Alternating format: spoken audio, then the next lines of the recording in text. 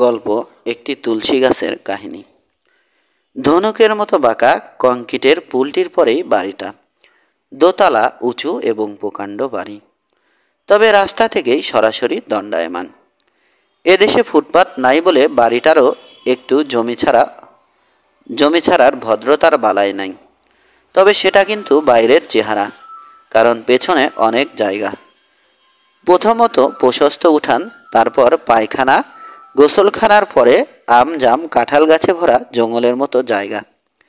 সেখানে কড়া সূর্য লোকেও সূর্যাস্তের স্নান, অন্ধকার এবং আগাছা আবৃত মাটিতে ভাবসা গন্ধ। অত জায়গা যখন, তখন সামনে কিছু ছেড়ে একটা বাগান করলে কি দোষ হতো, সে কথাই এরা ভাবে। বিশেষ করে মতিন, তার বাগানের বড় শখ, যদিও আজ পর্যন্ত তা কল্পনাতেই পুষ্পিত হয়েছে।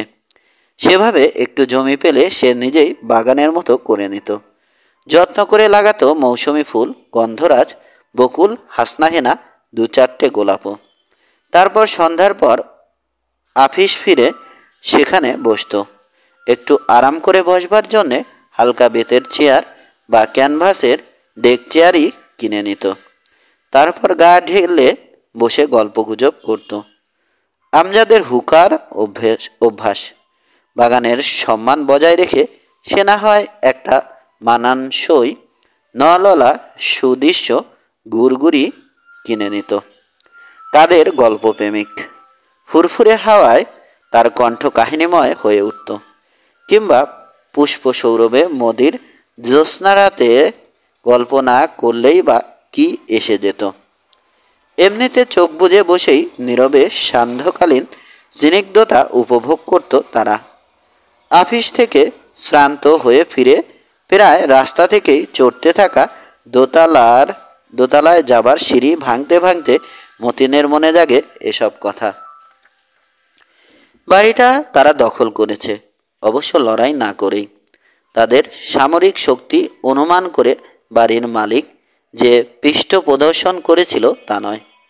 দেশভঙ্গের হুজুগে এ শহরে এসে তারা যেমন তেমন একটা ডেরার সন্ধানে উদয়াস্ত ঘুরছে। তখন একদিন দেখতে পায় বাড়িটা।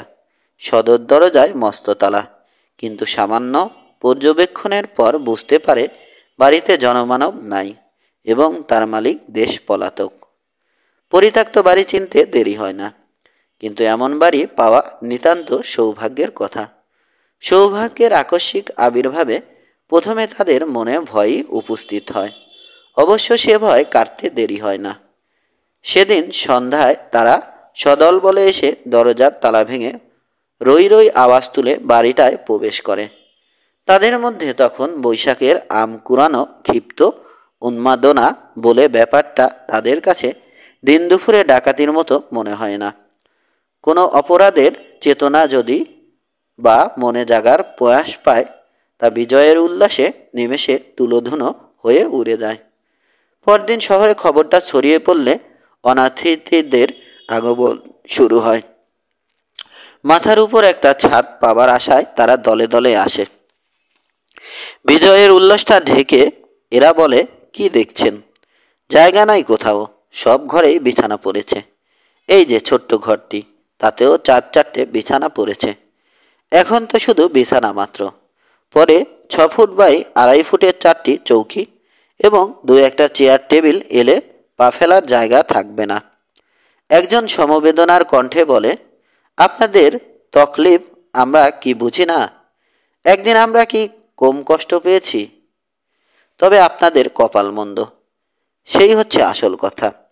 যারা হতাশ হয় তাদের মুখ কালো হয়ে ওঠে সমবেদনা ভরা উক্তিতে।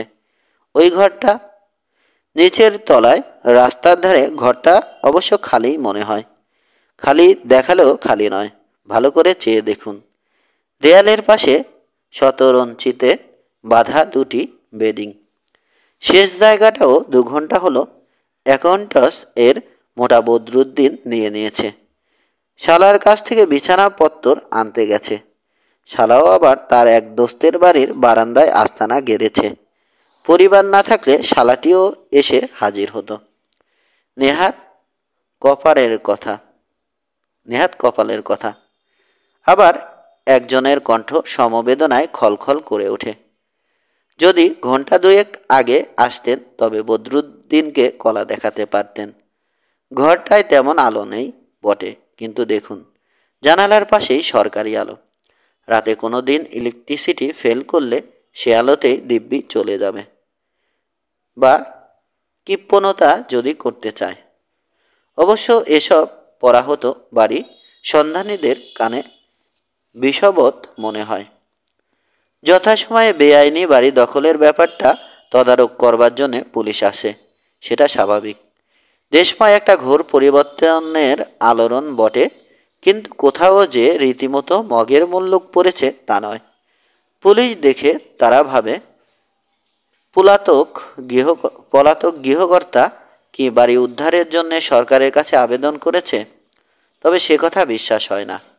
দুদিনের মধ্যে বাড়িটা খালি করে দিয়ে যে দেশ থেকে উধাও হয়ে গেছে, বর্তমানে তার অন্যান্য গভীর সমস্যার কথা ভাবার আছে। সন্দেহ থাকে না যে পুলিশকে খবর দিয়েছে তারাই, যারা সময় মতো এখানে না এসে শহরের অন্য কোনো প্রান্তে নিষ্ফলভাবে বাড়ি দখলের ফিকিরে ছিল। মন্দভাগ্যের কথা মানা যায়, কিন্তু সহ্য করা যায় না। ন্যায্য অধিকার সত্য এক কথা, অন্যায়ের উপর ভাগ্য লাভ অন্য কথা। হিংসাটা ন্যায়সঙ্গত তো মনে হয়ই, কর্তব্য বলেও মনে হয়। এরা রুখে দাঁড়ায়। আমরা দরিদ্র কেরানি মানুষ বটে, কিন্তু সবাই ভদ্র ঘরের ছেলে। বাড়ি দখল করেছি বটে, কিন্তু জানালার দরজা ভাঙি নাই। ইট পাথর খসিয়ে চোরাবাজারেও চালান করে দিই নাই। আমরা আইন কানুন বুঝি। কে নালিশ করেছে? বাড়িওয়ালা নয়, তবে নালিশটাও যথাযথ নয়। কাদের কেবল কাতর রব তোলে।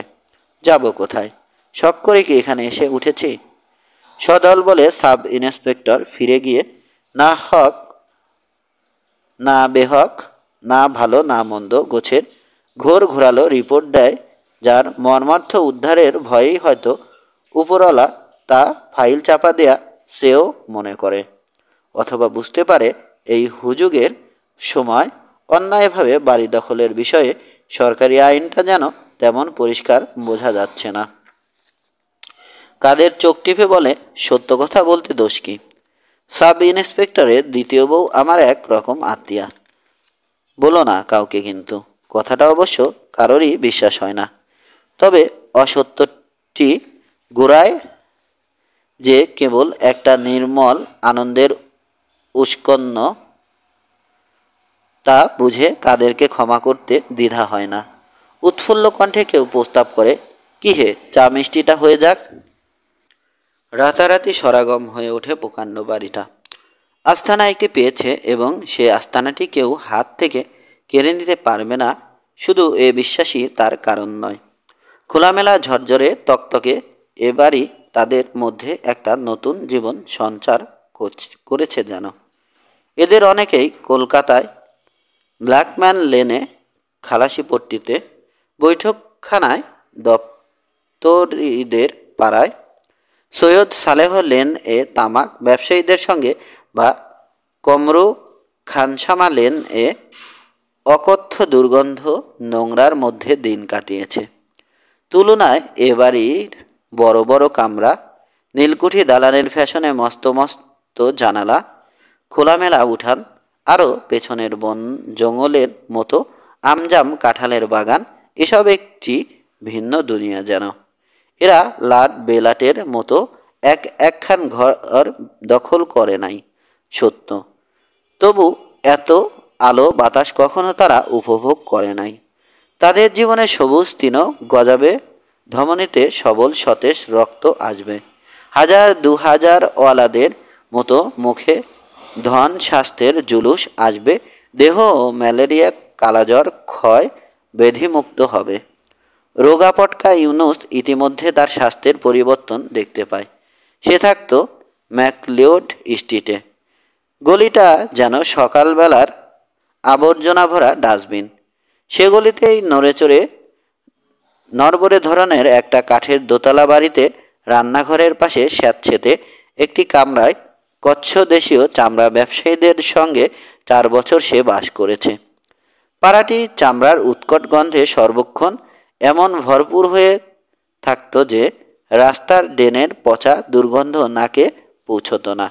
ঘরের কোণে ইঁদুর বিড়াল মরে পচে থাকলেও তার খবর পাওয়া দুষ্কর ছিল। ইউনুসের জ্বর জারি লেগেই থাকত। থেকে থেকে শেষ রাতে কাশির ধমক উঠত। তবু পাড়াটি ছাড়েনি এক কারণে। কে তাকে বলেছিল চামড়ার গন্ধ নাকি যক্ষার জীবাণু ধ্বংস করে। দুর্গন্ধটা তাই সে অন্মানবদনে সহ্য তো করতই। সময় সময় ও অফিস থেকে ফিরে জানালার পাশে দাঁড়িয়ে পাশের বাড়ির নিশিতরা দেয়ালের দিকে তাকিয়ে বুক ভরে নিঃশ্বাস নিত। তাতে অবশ্য তার স্বাস্থ্যের কোনো উন্নতি দেখা যায় নাই। খানা দানা না হলে বাড়ির সরগরম হয় না। তাই 1 সপ্তাহ ধরে মোগলাই কায়দায় তারা খানা দানা করে।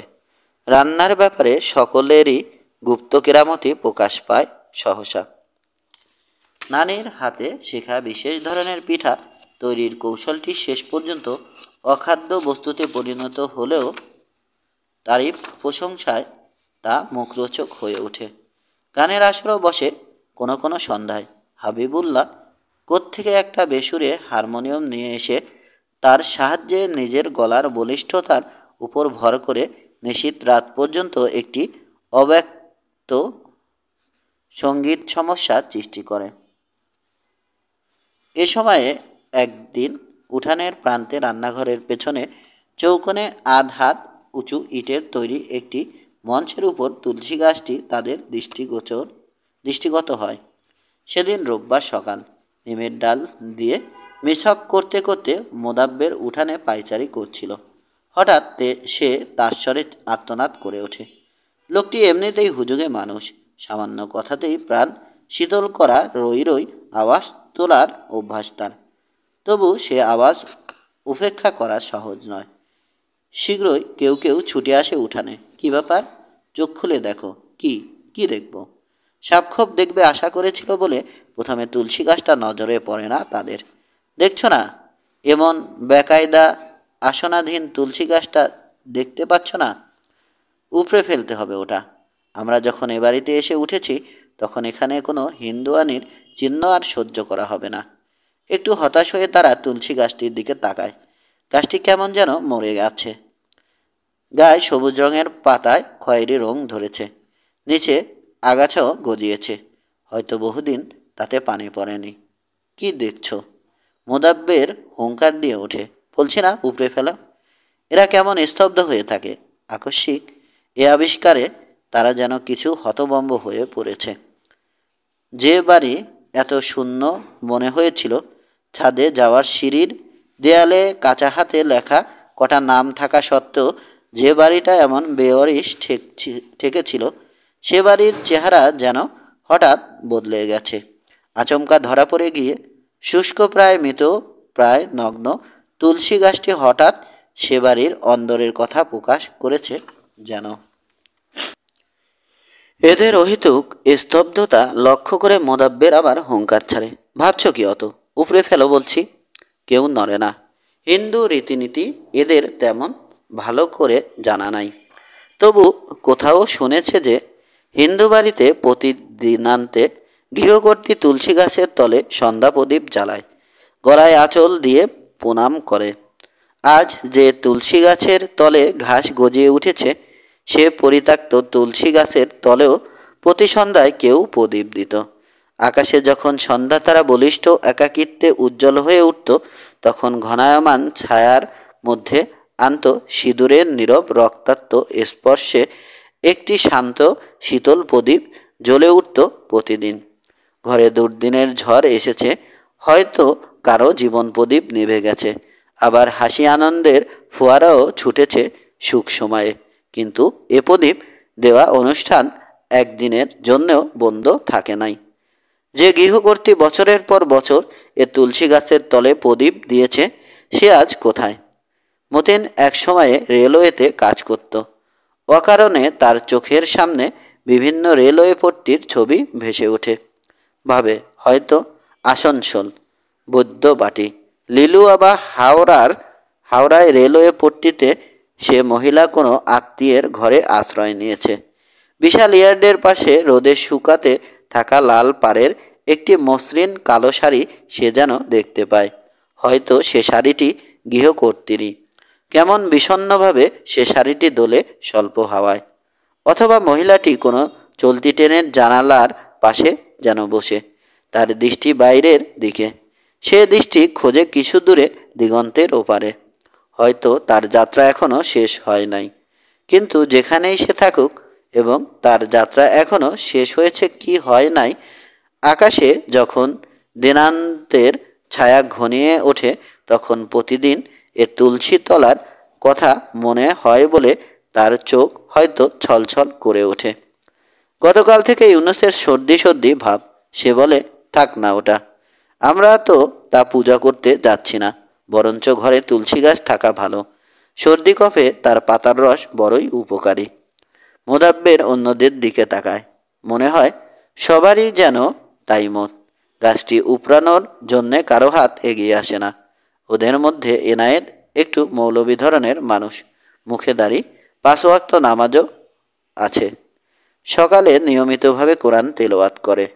সে পর্যন্ত চুপ।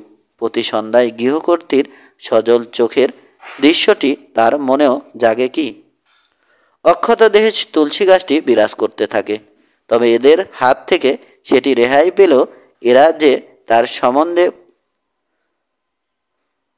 সম্বন্ধে পর মুহূর্তেই অসচেতনতায় নিমজ্জিত হয় তা নয়, বরঞ্চ কেমন একটা দুর্বলতার ভাব। কর্তব্যের সম্মুখে পিছপা হলে যেমন একটা অচ্ছন্দতা আসে, তেমন একটা অস্বচ্ছন্দতা তাদের মনে জেগে থাকে। তারই ফলে সেদিন সন্ধ্যা আড্ডায় তর্ক ওঠে। তারা বাকবিতণ্ডার চোতে মনের সে দুর্বলতা, অস্বচ্ছন্দতা ভাসিয়ে দিতে চায় যেন। আজ অন্য দিনের মতো রাষ্ট্রনৈতিক অর্থনৈতিক আলোচনার বদলে সাম্প্রদায়িকতায় তাদের প্রধান বিষয়বস্তু হয়ে ওঠে। ওরাই তো সব কিছুর মূলে, মোদাব্বের বলে। উলঙ্গ বাল্ব এর আলোয় তার সযত্নে মেসওয়াক করা দাঁত ঝকঝক করে। তাদের নিচতাহীনতা গোড়ামির জন্যেই তো দেশটা ভাগ হলো। কথাটা নতুন নয়, তবু আজ সে উক্তিতে নতুন একটা ঝাঁজ। তার সমর্থনে এবার হিন্দুদের অবিচার অত্যাচারের অশেষ দৃষ্টান্ত পেশ করা হয়। অল্প সময়ের মধ্যে এদের রক্ত গরম হয়ে ওঠে, শ্বাস প্রশ্বাস সংকীর্ণ হয়ে আসে। দলের মধ্যে বামপন্থী বলে স্বীকৃত মকসুদ প্রতিবাদ করে, বলে, বড় বাড়াবাড়ি হচ্ছে নাকি? মোদাব্বেরের ঝকঝকে দাঁত ঝিলিক দিয়ে ওঠে। বাড়াবাড়ি মানে? বামপন্থী মকসুদ আজ একা, তাই হয়তো তার বিশ্বাসের কাঁটা নড়ে। সংশয়ে দুলে দুলে কাঁটাটি ডান দিকে হেলে থেমে যায়। কয়েকদিন পরে রান্নাঘরের পাশ দিয়ে যাবার সময় তুলসী গাছটা মোদাব্বেরের নজরে পড়ে। সে একটু বিস্মিত না হয়ে পারে না। তার তলে যে আগাছা জন্মেছিল সে আগাছা অদৃশ্য হয়ে গেছে। শুধু তাই নয়, যে গাঢ় সবুজ পাতাগুলি পানির অভাবে শুকিয়ে খয়েরি রং ধরেছিল সে পাতাগুলি কেমন সতেজ হয়ে উঠেছে। সন্দেহ থাকে না যে তুলসী গাছটির যত্ন নিচ্ছে কেউ। খোলাখুলিভাবে না হলেও লুকিয়ে লুকিয়ে তার গোড়ায় কেউ পানি দিচ্ছে। মোদাব্বেরের হাতে তখন একটি কঞ্চি। সেটি সা করে কচু কাটার কায়দায় সে তুলসী গাছের উপর দিয়ে চালিয়ে দেয়, কিন্তু উপর দিয়েই। তুলসী গাছটি অক্ষত দেহেই থাকে। অবশ্য তুলসী গাছের কথা কেউ উল্লেখ করে না। ইউনুসের সর্দি সর্দি ভাবটা পরদিন কেটে গিয়েছিল। তুলসী পাতার রসের প্রয়োজন হয় নাই তার। তারা ভেবেছিল McLeod street, Khansama lane, black ম্যানের জীবন সত্যিই পেছনে ফেলে এসে প্রচুর আলো হাওয়ার মধ্যে নতুন জীবন শুরু করেছে। কিন্তু তাদের ভুলটা ভাঙতে দেরি হয় না, তবে শুধু ততখানি দেরি হয় যতখানি দরকার সে বিশ্বাস দীর্ঘ পরিণত হবার জন্যে। ফলে আস্তম্ভিত আঘাতটা প্রথমে নিদারুণই মনে হয়। সেদিন তারা আফিস থেকে সরাসরি বাড়ি ফিরে সকালের পরিকল্পনা মোতাবেক খিচুড়ি রান্নার আয়োজন শুরু করেছে। এমন সময় বাইরের সিঁড়িতে ভারী জুতার মচমচ আওয়াজ শোনা যায়। বাইরে একবার উকি দিয়ে মোদাব্বের ক্ষিপ্ত পদে ভেতরে আসে। পুলিশ এসেছে আবার। সে ফিসফিস করে বলে, পুলিশ? আবার কেন পুলিশ? ইউনুস ভাবে হয়তো রাস্তা থেকে স্যাঁচরা চোর পালিয়ে এসে বাড়িতে ঢুকেছে এবং তারই সন্ধানে পুলিশের আগমন হয়েছে। কথাটা মনে হতেই নিজের কাছেই তা খরগোশের গল্পের মতো ঠেকে। শিকারির সামনে আর পালাবার পথ না পেয়ে হঠাৎ চোখ বুজে বসে পড়ে খরগোশ। খরগোশ ভাবে কেউ তাকে আর দেখতে পাচ্ছে না। আসলে তারাই কি চোর নয়? সব জেনেও তারাই কি সত্য কথাটা স্বীকার না করে এ বাড়িতে একটি অবিশ্বাস্য মনোরম জীবন সৃষ্টি করেছে নিজেদের জন্যে? পুলিশ দলের নেতা সাবেকি আমলের মানুষ। হ্যাট বগলে চেপে তখন সে দাগ পড়া কপাল থেকে ঘাম মুছছে। কেমন একটা নিরীহ ভাব। তার পশ্চাতে বন্দুকধারী কনস্টেবল দুটিকেও মস্ত গোপ থাকা সত্ত্বেও নিরীহ মনে হয়। তাদের দৃষ্টি উপরের দিকে। তারা যেন কড়িকাঠ গোনে। উপরের ঝিলিমিলির খোপে একজোড়া কবুতর বাসা বেঁধেছে। হয়তো সে কবুতর দুটিকেই দেখে চেয়ে। হাতে বন্দুক থাকলে নিরীহ মানুষেরও দৃষ্টি পড়ে পশু পাখির দিকে। সবিনয়ে মতিন প্রশ্ন করে, কাকে দরকার? আপনাদের সবাইকে। পুলিশের নেতা একটু ক্ষণক্ষণে গলায় ঝট করে উত্তর দেয়, আপনারা বেআইনিভাবে এ বাড়িটা কবজা করেছেন। কথাটা না মেনে উপায় নাই। ওরা প্রতিবাদ না করে সরল চোখে সামান্য কৌতূহল জাগিয়ে পুলিশদের নেতার দিকে চেয়ে থাকে। 24 ঘন্টার মধ্যে বাড়ি ছাড়তে হবে, সরকারের হুকুম। এরা নীরবে মুখ চাওয়াচাওয়ি করে। অবশেষে মোদাব্বের গলা ছাপ করে প্রশ্ন করে, কেন? বাড়িওয়ালা নালিশ করেছে নাকি? অ্যাকাউন্টস অফিসের মোটা বদরুদ্দিন গলা বাড়িয়ে কনস্টেবল দুটির পেছনে একবার তাকিয়ে দেখে বাড়িওয়ালার সন্ধানে সেখানে কেউ নেই। তবে রাস্তায় কিছু লোক জড়ো হয়েছে। অন্যদের অপমান দেখার নেশা বড় নেশা। কোথায় বাড়িওয়ালা? না হেসেই গলায় হাসি তোলে পুলিশ দলের নেতা। এদের একজনও হেসে ওঠে। একটা আশার সঞ্চয় হয় যেন। তবে গভর্নমেন্ট বাড়িটা রিকুইজিশন করেছে। এবার আর হাসি জাগে না। বস্তুত অনেকক্ষণ যেন কারো মুখে কোনো কথা সরে না।